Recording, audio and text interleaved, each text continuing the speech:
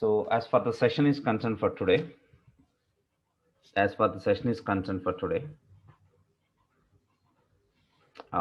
let's have a small introduction regarding Spring Framework once again. And we also continue further to discuss about basically the annotations which generally we use to write Spring applications and how the Spring MVC flow is going to be. And once we got all these things, then we will discuss about why really we need to go for Spring Boot. What are the main reasons like why we are going to use what Spring Boot? That is the next thing that I'm going to explain. And of course, I'll give you a point like what really are microservices. Then we'll start our actual sessions. Okay. So basically in this, the first week of sessions, so I would like to provide you some basics which are very important for you to learn about the Spring Boot and microservices clearly. Right. So I'm on this Java field around since from last 15-16 years. So I will try to provide you by taking some relevant examples, relevant scenarios, like why we should go for this Spring Boot and microservices, and also at the time whenever classes are going on, I'll try to provide you some better examples to understand about the boot and microservices. Right. So let's begin with the session, everyone. Right. Let's begin with the session, everyone. Right. Okay. So I would like to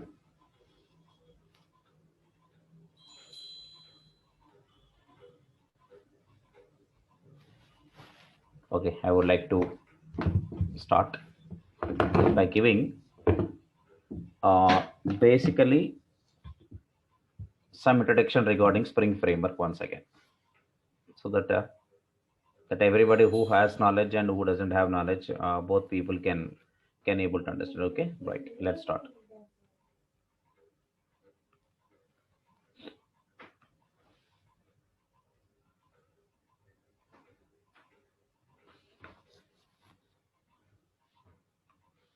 Let's start now.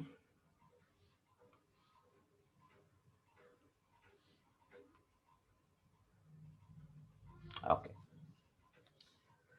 See, coming to the point here, I mean, first of all, we would like to have a discussion on what the Spring Framework is really. Right.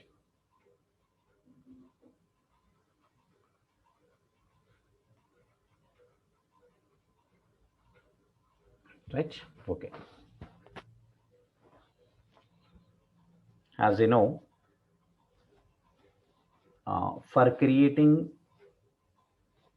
enterprise applications, I mean an application related to large organizations, right? An application related to large organizations, we just generally call them as enterprise applications.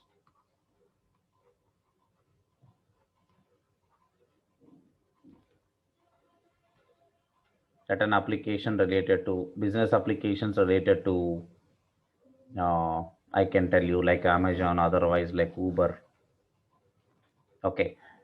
So just we call them banking applications otherwise. Okay. They are all called enterprise applications. The one framework which is really important for creating these enterprise applications is what our Spring Framework. So using Spring Framework, making or creating an enterprise application is very, very easy.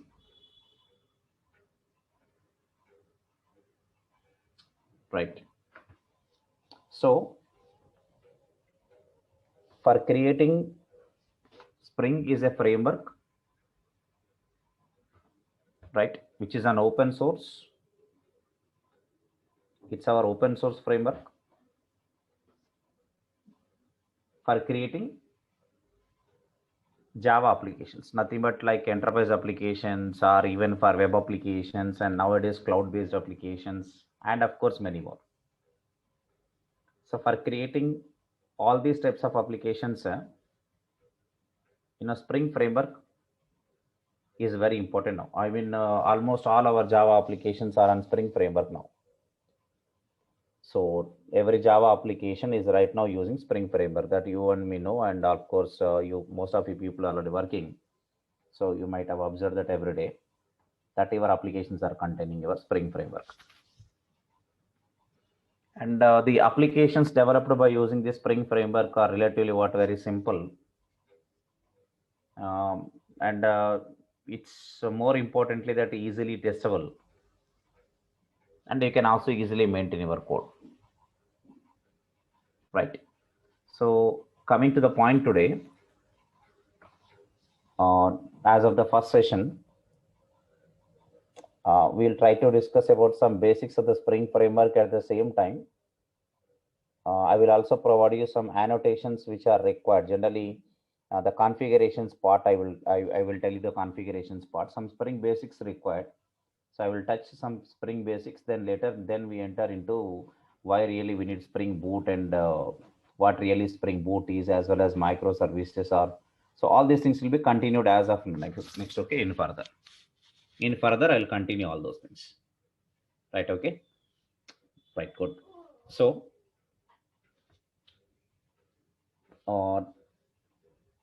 As if you talk about enterprise application development, let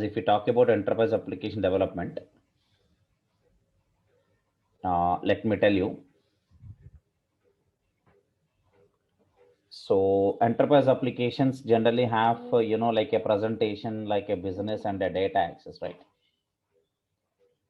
Before we have Spring Framework, right? Before we have Spring Framework, and of course, I can tell you that without any frameworks, when applications are developed without using any frameworks, you have a presentation. In the presentation, we use the technologies like Servlet and JSP. And in the business part, we use Java Beans, and as well as, of course, Enterprise Java Beans. And in the data access part, we use this, both this JDBC is a technology, right? As well as this Entity Beans. Entity Beans is a part of EJB. So enterprise application development, when we don't have any frameworks, are created like this now. We used these technologies at presentation, and we used them at business. And in the data access, we used about JDBC and NTBeans, and finally we have to we have access the data from database, right? So this is enterprise application without using any frameworks, right? This is without using any frameworks. We used to create our applications like this. Okay, from presentation, then to business, then to data access, then we have a DB, right? So now, later on, what happened, slowly we started getting frameworks. Slowly we started getting frameworks, right? So what happened in the presentation, we got a framework, that is what our Struts framework, right? Actually, this framework is created based on the, as a layer on top of the two technologies like Servlet and JSP, right? Based on the two technologies, like, based on this, as a layer on Servlet and JSP technologies, we got a Struts framework. Of course, previously we got this framework as a more important framework. Right now, of course, comparatively, we have Spring framework occupied here. I'll tell you that. So Struts framework used. Coming to business part, what we have Java Beans and EJB as it is. And in the data access part, we got Hibernate framework, right? So Hibernate framework is mainly created on top of this entity beans as well as what our JDBC. Okay. So we got the two frameworks used, like Struts and Hibernate. Right. Means we got initially the frameworks for presentation and frameworks for data access. I'm just giving a step-by-step process. We got the presentation and we got data access, right? Initially, actually, the most popular framework that was Struts, which is purely for presentation layer. I mean, you can able to create only presentation layer using this Struts framework. Okay. And whereas come to the data access part, we used Hibernate framework. And when come to business part, business layer or business part, at that time, actually, we don't have any Spring framework. Now I would like to tell you, actually, initially Spring framework was actually introduced to use in the business layer or to create a service layer.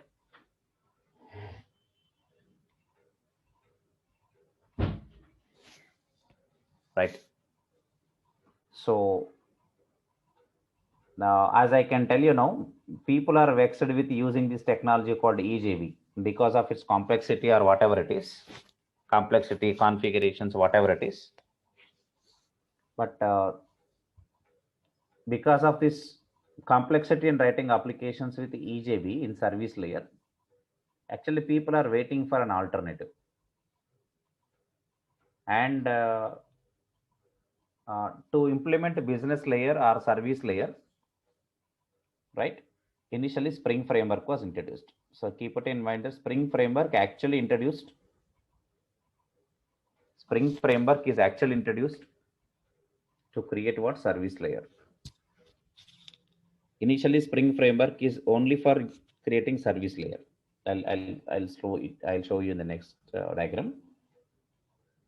So later on, what happened, because Spring framework is adopted by the applications in industry, and the people are shown interest towards writing applications using Spring framework, and slowly this framework is expanded for both the layers. And what are the other two layers? Is presentation layer and also the data access layer. So nowadays, what happened, the entire enterprise application can be developed just by using a single framework. That is what our Spring framework. Okay. So no need to use any other frameworks, and that a single framework can be used for creating end-to-end application. So I would like to show you the next diagrams also to understand. Okay. So let me tell you.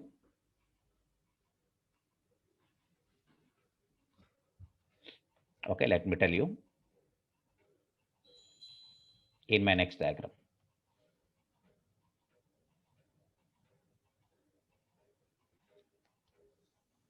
So what happened here? Everyone, in the presentation part, we use Struts. Struts is an open source web framework. Means you can't create the the entire application just only by using a single framework called Struts. Right. And Hibernate is a framework which can be used only for data access. I mean, you can't create the entire application just only by using Hibernate. Right. So these frameworks can be used only in a particular layer of an application. And initially our Spring framework is really introduced. Right. The Spring framework is really introduced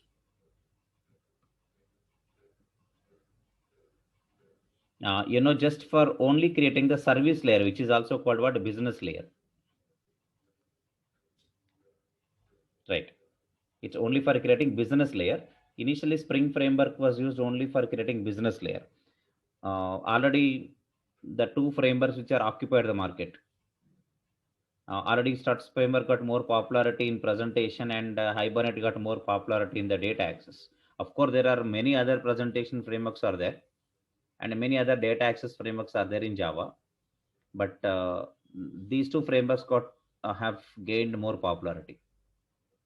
And for business application, I mean for service layer, actually this framework was introduced as an alternate for EJB. EJB stands for Enterprise Java Beans.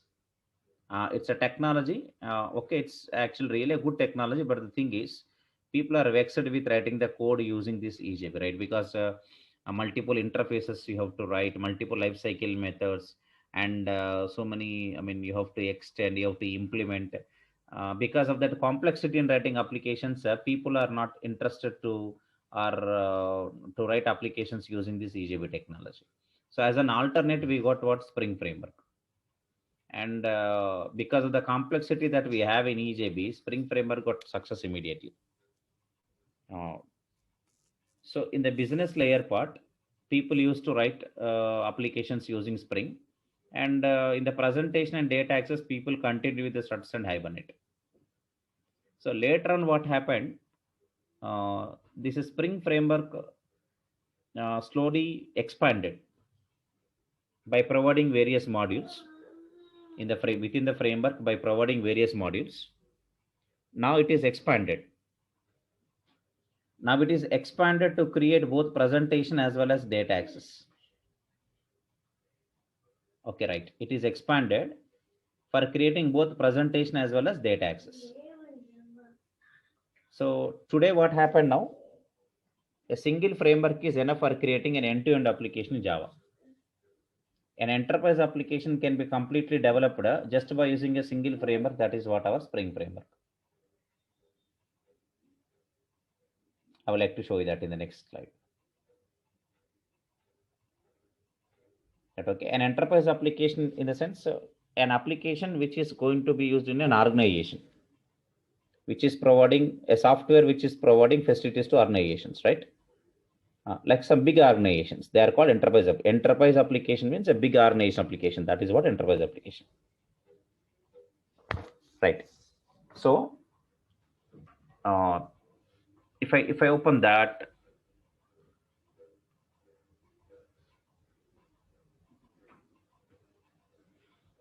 right? If you open this, if you look at this, so what is happening here?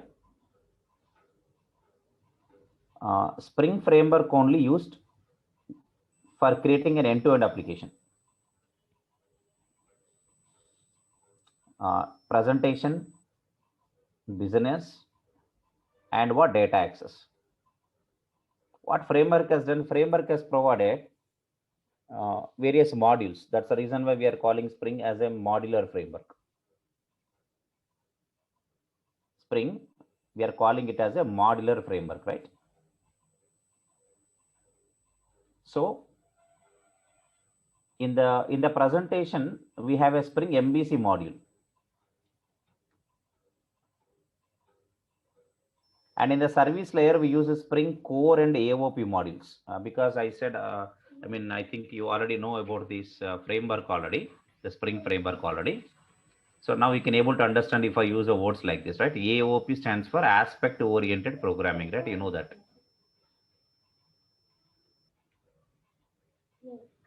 Aspect oriented programming. MVC, model view controller.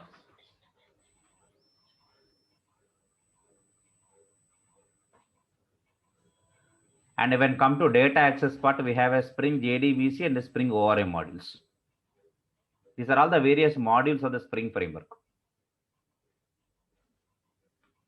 So what happened now? A single framework is used to create the entire application. Like, you know, today, like shopping malls are getting more popularity. Reason, I mean, for example, if you enter into DMart or some other store, now you can purchase different types of goods in a single store. No need to go to multiple places. Similarly, what Spring Framework also same thing. What happened in Spring Framework, a single framework you can use, then you won't get any incompatibility issues also. If you are using various different frameworks for different layers, maybe sometimes you'll get some incompatibility issues. One framework has a higher version than other, and there is some kind of incompatibility issue occurs. Right. So a single framework is used to create the end-to-end application.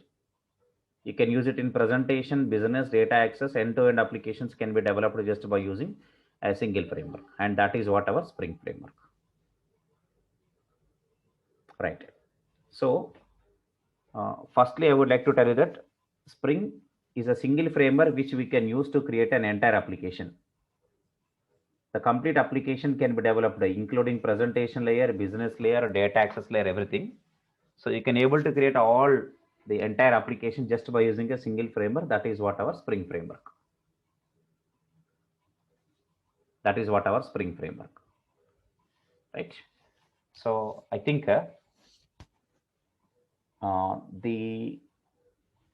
the one framework which we can use to create the entire application is Spring Framework. Right. Hope you are getting my point, what I'm trying to say. I'm expecting that you have already a little bit knowledge on Spring Framework. I'm expecting so. Right. Okay. Just write it in a chat box whether have you got my point.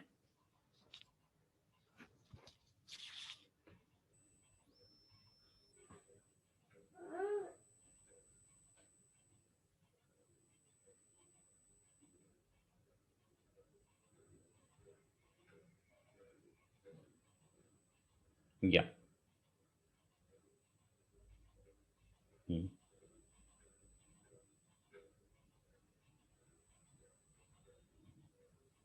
Right. Got my point, right? Nice. Okay.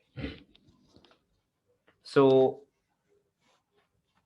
it's okay. Good now. Coming to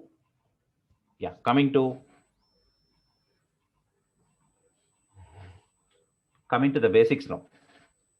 So I would like to ask a question to all of you because you already have some knowledge on the Spring Framework already.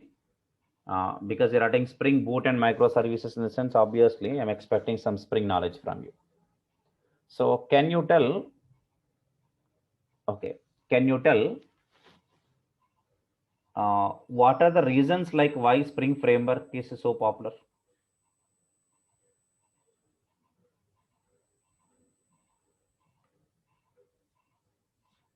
Can you tell some reasons like why Spring Framework is so popular? Apart from just creating end-to-end applications.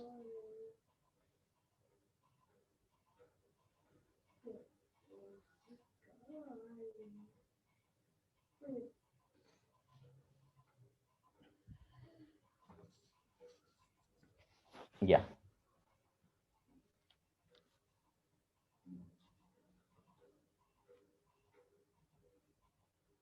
Right. Yeah. So many of yeah. Okay. Nice. Okay. Good. So are saying modular framework, dependency injection. Okay. Okay. Okay. Right. I got your point. Okay. I got your point. Right. Right, sir. So to everyone, I would like to tell you, when you take any framework in Java, all Java frameworks, whatever, I mean, some of the frameworks we are using in the presentation layer, some of the frameworks we are using in the, right. Yeah. Some of the frameworks, right. Some of the frameworks we are using in the presentation layer, and some of the frameworks we have in the business layer, and some of the frameworks we have in the persistence layer, right. Different frameworks are there. Okay, so but basically frameworks we have of into two categories. Okay, basically in Java the frameworks are divided into two categories, and one it is like it is called invasive frameworks, and the second it is non-invasive frameworks. Basically we have two types of frameworks in Java. One is invasive framework and second one is non-invasive framework. Okay, two categories of frameworks we have. And basically our Spring framework is a non-invasive framework. What does it mean? You can simply create your applications by creating POJOs. I think you know the word, right? What? Plain old Java object, POJO. Right, plain old Java object, POJO. Which basically says that what you no need of extending or no need of implementing your classes from, right? Right. You no need of extending or no need of implementing your classes from any other classes or any other interfaces which your framework is providing. It doesn't force you. It means you no need to focus on like extending or implementing. Nothing but your framework is not forcing you to extend their classes or implement their interfaces to create applications. That category of frameworks are called what? Non-invasive frameworks. Our Spring is what? A non-invasive framework, whereas if you take a Struts, it's an invasive framework. So like that, in Java, the frameworks are actually divided as two categories of frameworks we have: invasive and non-invasive. Okay. So the one big reason is like it allows us to just create normal ordinary Java classes, and we are calling them as what? POJO classes, right? And of course, we also create a normal interfaces which we are calling as POJ. So generally we follow what? POJO model in application development, right? Nothing but we just create an interface, then we write an implementation class for it, by without focusing or without forcing us to create our interfaces or classes by extending or by implementing anything which is from the framework. So that is called a non-invasive framework. So Spring is a non-invasive framework. That's one reason. And the other reason, as we noted, that what they are all our Spring is a modular framework, that you can choose the modules, right? You can choose what modules. See, based on your requirement, a team or a developer can choose only the required modules to build your application. See, for example, you are working only in the presentation layer, then you can choose Spring MVC module. So you no need to worry about what Spring AOP module is or what other modules are, like data access modules and all. Just you can focus on only Spring MVC. You can choose that module. So the other reason is because of it is a modular framework. Okay. And the one more,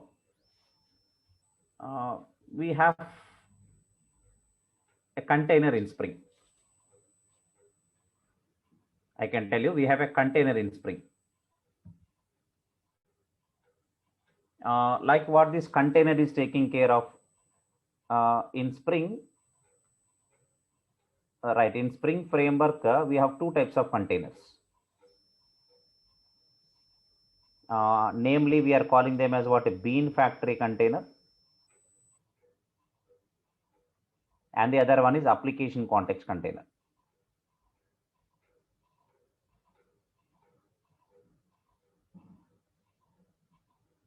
right? These are the two types of Spring IOC containers, we call them. I'll tell you what really IOC is.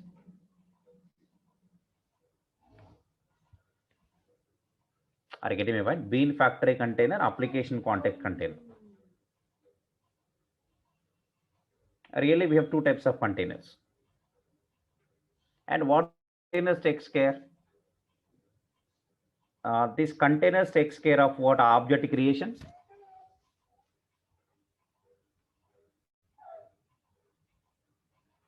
right? And of course, initialization of them. They takes care of, you know, they takes care of object creation, initialization, and also they takes care of managing the dependencies, object dependencies.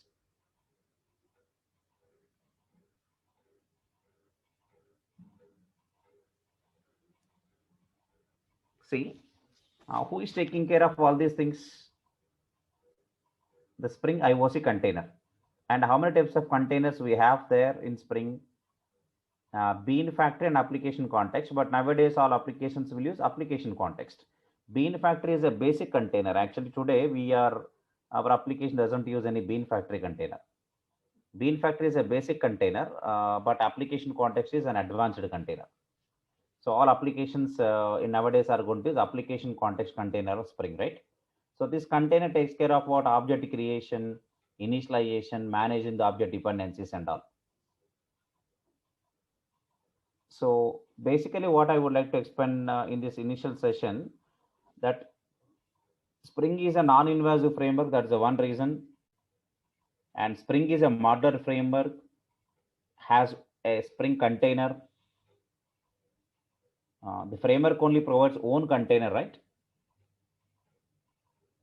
And of course, you know, you're talking about dependency injection. Actually, dependency injection, I can explain you in the session next. Of course, I'll try to explain you what really dependency lookup and dependency injection. Okay, dependency lookup and dependency injection. So both of them we will discuss. What really inversion of control, that is also going to be discussed. These are the basic things that first everyone has to know very somewhat clearly. And also I'll try to provide you something about annotations. So these are all the basic things first you have to know, so that even though you already worked and already suppose you have some knowledge, but still we'll give a recap for you, and which helps you to understand this. Because when you are working with a Spring Boot, it's totally consisting of annotations. We are all using all annotations in that Spring Boot, right? So of course, in the today's application development, almost we are not writing any configurations in Excel.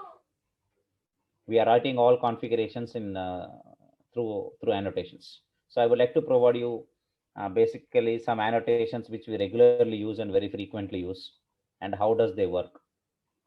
Okay, so these are the prerequisite things, the basic things first I would like to cover, and so that next we can enter into this the section of boot and microservices. I'll also tell you why really we have to go for Spring Boot, okay, and why we have to go for microservices. I'll also provide you the entire topics like what we are going to discuss in the sessions, and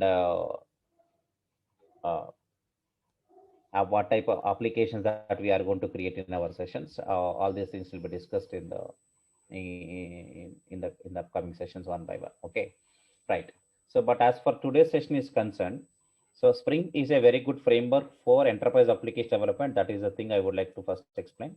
Enterprise application consisting various layers, like basically a presentation, you have a business and a data access. So a single framework can be used for creating what entire application.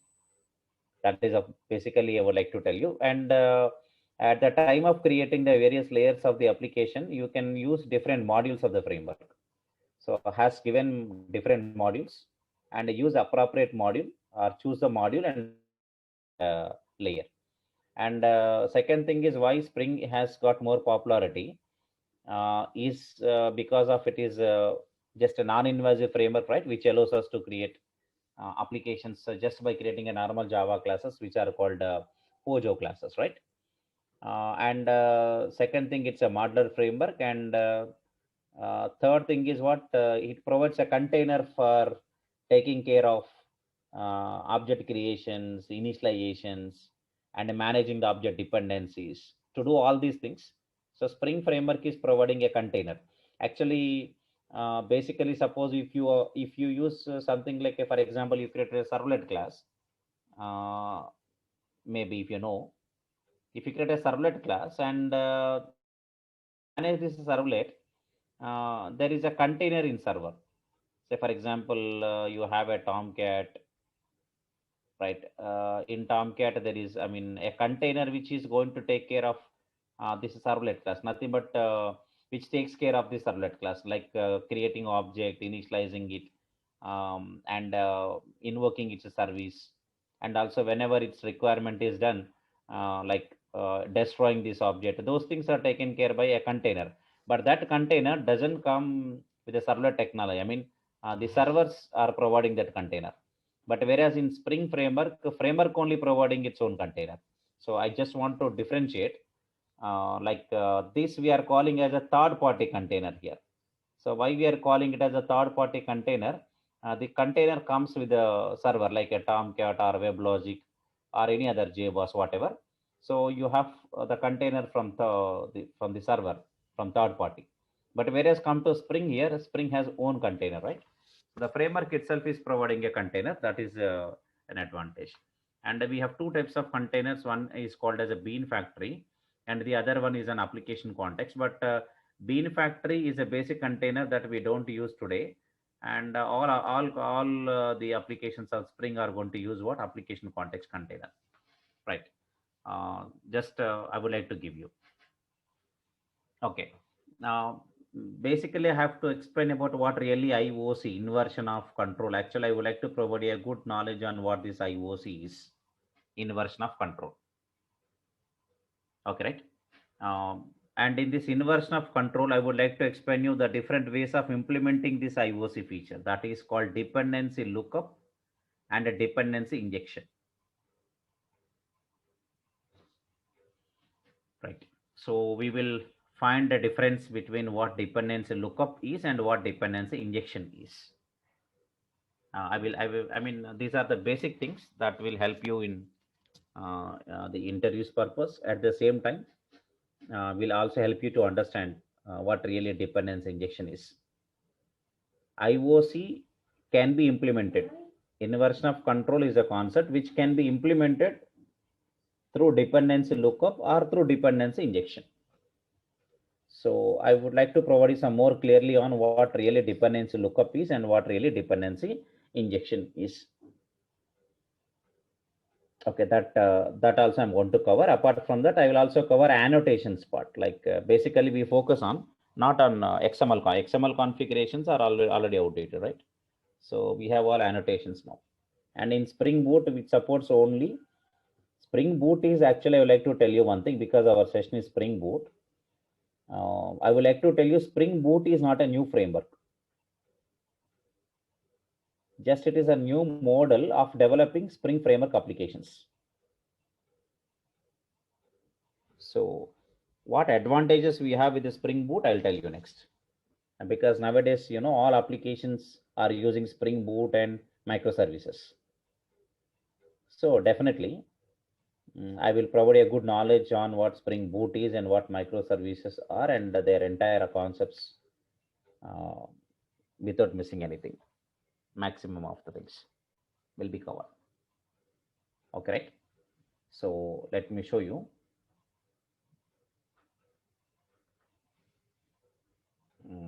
I think I have a slide.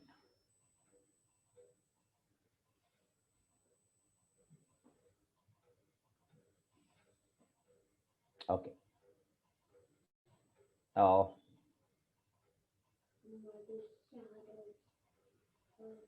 Right. See, I just want to explain here some a bit point regarding to understand about what this inversion of control IOC. Okay. You can look at the point here. You can look at the point here, everyone.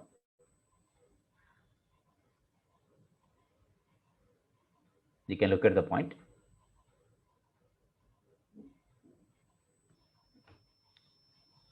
See, as a developer, when you're creating an application,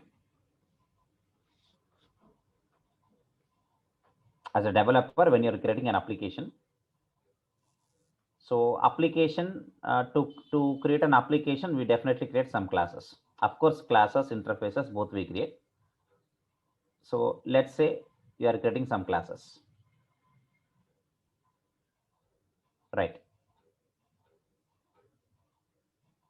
And apart from that, for your classes, you're only creating as a developer at somewhere, like you are writing a public static void main or some other, or in some other place, doesn't it? I mean, you're creating a factory class, or maybe you're writing a main method. But what are you doing now? You are creating some objects. You are initializing those objects, and what you are destroying those objects. So, as a developer, you are only taking care of creating classes of your application, and what you are only taking care of creating objects, initializing those objects, destroying those objects, everything, right? But what happens in IOC, that is what inversion of control, inverting this, some responsibilities. These are application responsibilities what developer is taking care of.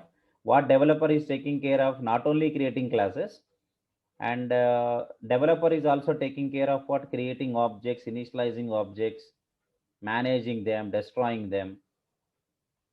Okay, so I would like to tell you, so who is taking care of all these things? As developer is taking care of. Okay, so some application responsibilities are now inverted to some other third party. Third party means it may be something like a container or a server, whatever. So what responsibilities? Like creating objects, initializing objects, right? Managing the objects, destroying the objects. These are all what, some responsibilities. These responsibilities are inverted. These are all application responsibilities, right? Now, some application responsibilities are inverted to a third party. That is what inversion of control. So what inversion of control meaning? Inverting some application responsibilities to third party. Right. That is what inversion of control actual point. Okay. What is inversion of control? Inverting.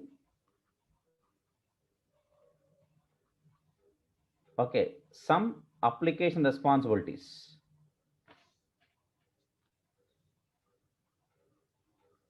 Some application responsibilities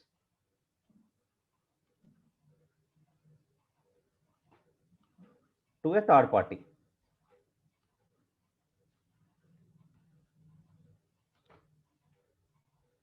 Third party means like container or say server, something like. So inverting some application responsibilities to a third party, like a container or a server. Okay. Right. So that is what called inversion of control. So look at this diagram here. So now what is happening in Spring? As a developer, you are only just creating classes, and you are focusing on like defining the functionalities in each of them. And what about creating objects to them, initializing those objects, destroying those objects of these classes, managing those objects? Now that responsibilities are inverted, these application responsibilities are inverted to another person, and that another person is what? Container. So now this we are calling as inversion of control, right? So inverting some application responsibilities to a third party like a container is called inversion of control. That's what the point I would like to tell you.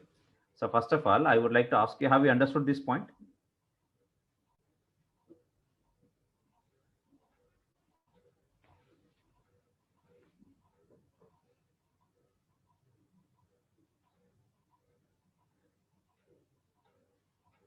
Right.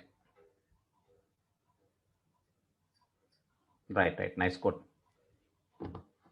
Yes. So my point that I would like to explain you. Yeah. Thank you. Just try to understand my point. Okay. Right.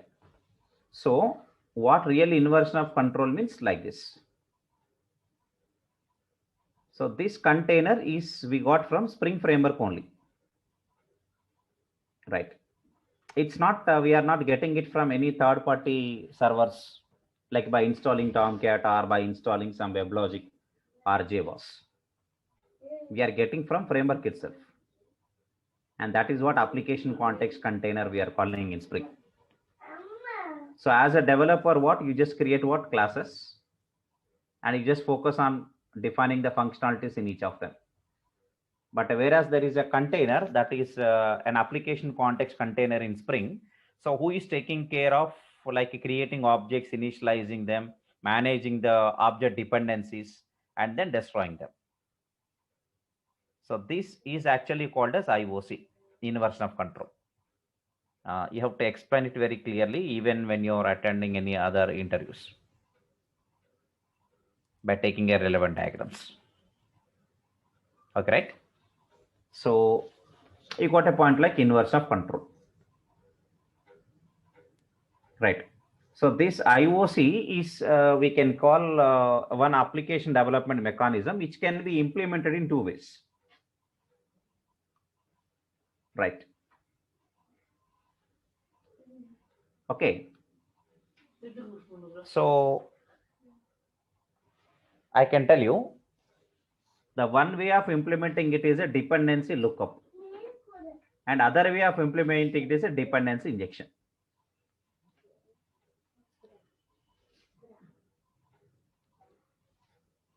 Right. Okay. Dependency lookup and dependency injection. Now let me erase it. So IOC can be implemented in two ways. So I'm giving some basics in the session today because, okay, I will give you a perfect knowledge on Spring Boot and Micro, no doubt at all. Right. No doubt at all. I'll provide you the entire Spring Boot and microservices in a very excellent way.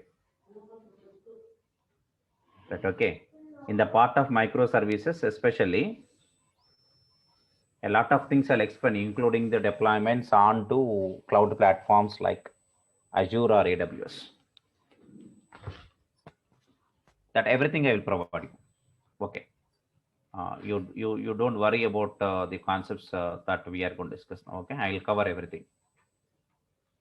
But initially, some basics I want to inject first, and because some of you people already know, I think you know about these points already, maybe. But I want to keep everyone into account, so that it will be somewhat like reminder for remaining people. At the same time, for the new people, it becomes a very good subject for you to understand. Right. Right. Okay. Good. So, right. Yeah. So come back to the point, everyone. Inversion of control can be implemented.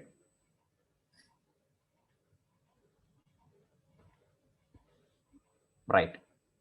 Inversion of control can be implemented in two ways. IOC can be implemented through dependency lookup, and other one is a dependency injection.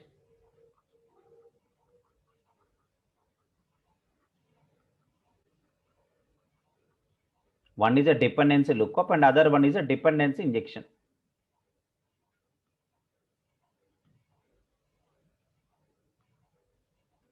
DL, DI. Inversion of control can be implemented through dependency lookup or dependency injection. People are saying that dependency injection and IOC are same. Actually, IOC is a mechanism which can be implemented through dependency lookup or dependency injection.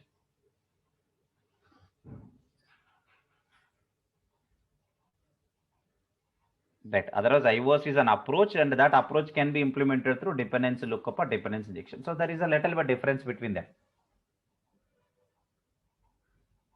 Right. In a dependency lookup, this third party like a container is not going to inject the dependency. See, when an object has dependency on other object, and this first object has to get its dependency. Actually, what this container is just creating these objects, right? Managing them, initializing them, managing them, but it's not injecting them. It's not injecting one object to another. So that is dependency lookup. But in dependency injection, for example, the container only will inject. For example, this object one has a dependency on the second object. This container only will inject that dependency object. So we have a small difference between dependency lookup and dependency injection, and that's the reason why people used to call it as dependency pull and dependency push.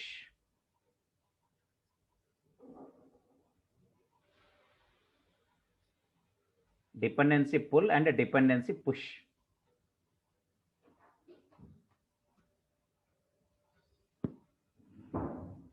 Right. So what happens in dependency lookup? There is a dependency pull, which means an object is going to pull its required dependencies from the container. Means all these objects are managed within a container. So an object is going to pull the required dependencies within the container. It's going to pull them. But the container is not directly pushing those dependency objects. Objects creation, initialization, managing the object, that is totally taken by container. That is what inversion of control. So that IOC is an approach which can be implemented in two ways. One is dependency lookup and other one is dependency injection. In a dependency injection, there is a dependency push, which means a container is just going to push the required dependencies. An object can have a dependency on either one object or more objects. So who will push the required dependencies, the container will take care of. Of course, how does container means we are just going to provide, we are going to tell the container through some configurations, either through annotations or through XML. So XML we are not going to touch. I'll give you a brief idea of that, but mostly we are going to use annotation. All annotations only because in Spring Boot, especially nowadays, Spring Boot supports only annotations, doesn't support any XML configurations. Right? Okay. So this type of explanation is required at while you are taking an interview, when you are taking for an interview, what dependency lookup is and what dependency injection is. Right. So you got the point, right? So dependency pull and dependency push has a small difference. In dependency pull, what an object is going to pull its required dependencies, but nobody is there to inject the required dependencies. Are you getting my point? Nobody is there to inject the dependencies. I mean, an object has to pull its required dependencies by itself. That is a dependency pull. I can tell you an example otherwise to understand it somewhat more better.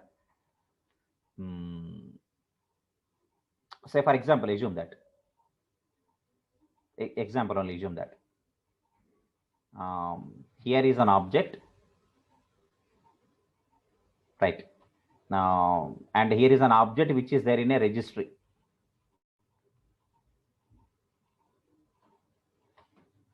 Example, say for example, it is a data source object I'm writing in DS, and it can be some object like for example a servlet object.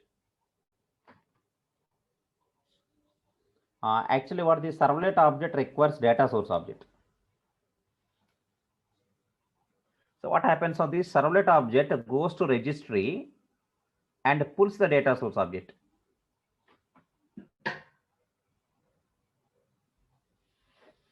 This is dependency pull. I mean, a kind of example I'm telling you, just to understand what pull is. Right. Say for example, this is a Spring container. In Spring, I'm talking about. This is a Spring container. Say for example, here I have something like,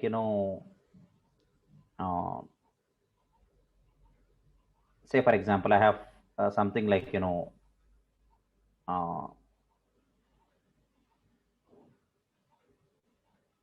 something like, I'll take an example like,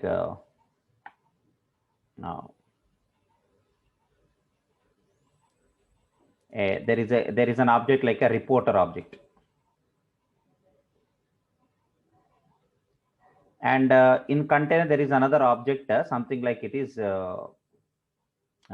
something like a generator object.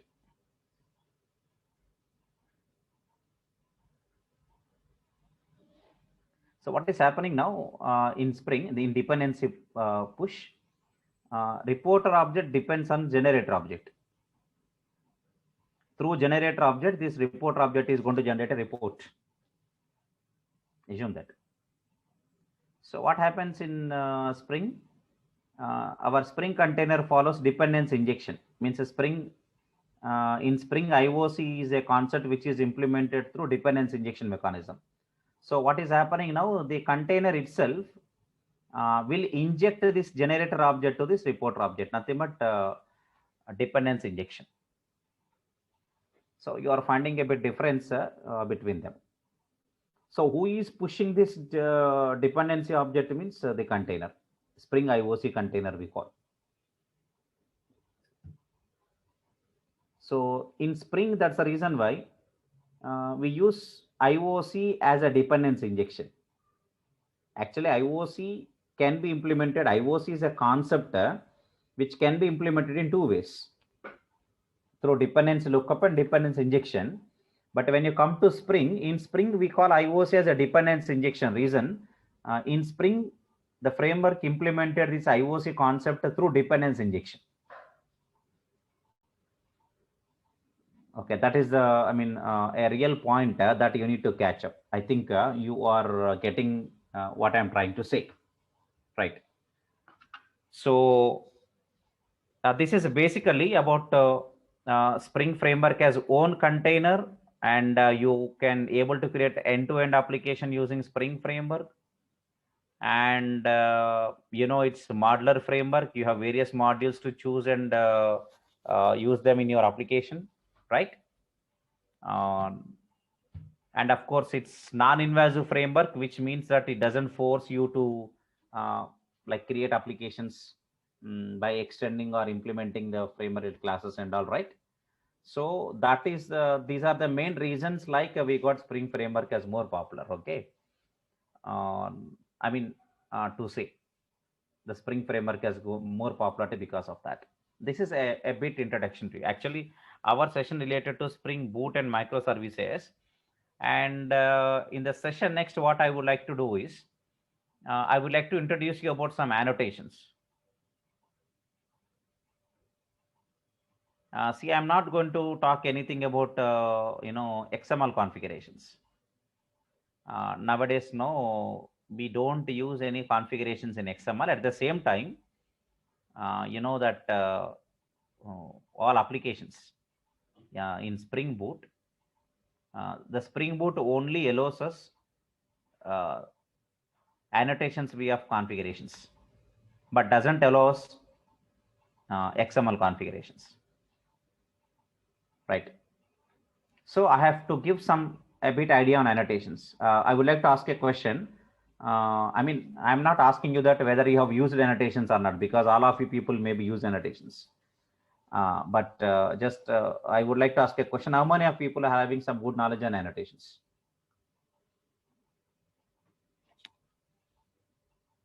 How many of you people?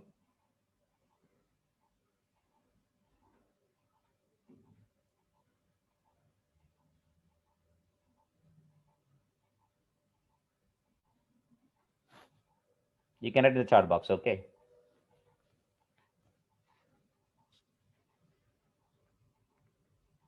How many of you people having good knowledge on these annotations? So why I'm asking this question? Yeah. Okay, no problem. Yes. Yeah. No problem. Right. I'll take care of. Don't worry. Don't worry, sir. Don't worry. I'll take care of. Don't worry. So why I'm asking this? When you are creating applications using Spring Boot and microservices, we have to use all annotations only. I mean, you can't use any XML configurations. We always need to use only annotations. Everything we got in the form of annotations, and at different places, we are going to use different annotations with the different attributes. So basically, having some knowledge on annotations is very, very important. So now our focus will be, now I would like to tell you, before I finish this first session, I like to tell you that in our session, first we will start discussing about annotations basics. After that, in the session tomorrow itself, after giving for some time about annotations basics, then I would like to talk about, some of the Spring Core annotations which we use.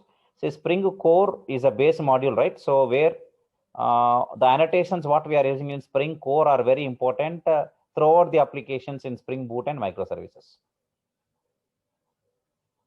right?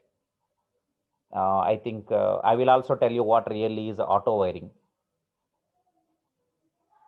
right? Okay, stereotype annotations, auto wiring annotations are very important. So I will explain first such kind of things. Okay, regarding that. And next, I would like to talk about what really is a Spring MVC flow, what really are MVC applications, and how the MVC flow will be in a Spring, and what components are involved in this, the flow of MVC applications. That is the next point I would like to cover. So these are all the basics required first. And once you got these basics, then we will start discussing about the Spring Boot and followed by the microservices. So I will provide you the entire subject Spring Boot and microservices in extent way that like when you are already working, otherwise if you are trying to attend interviews,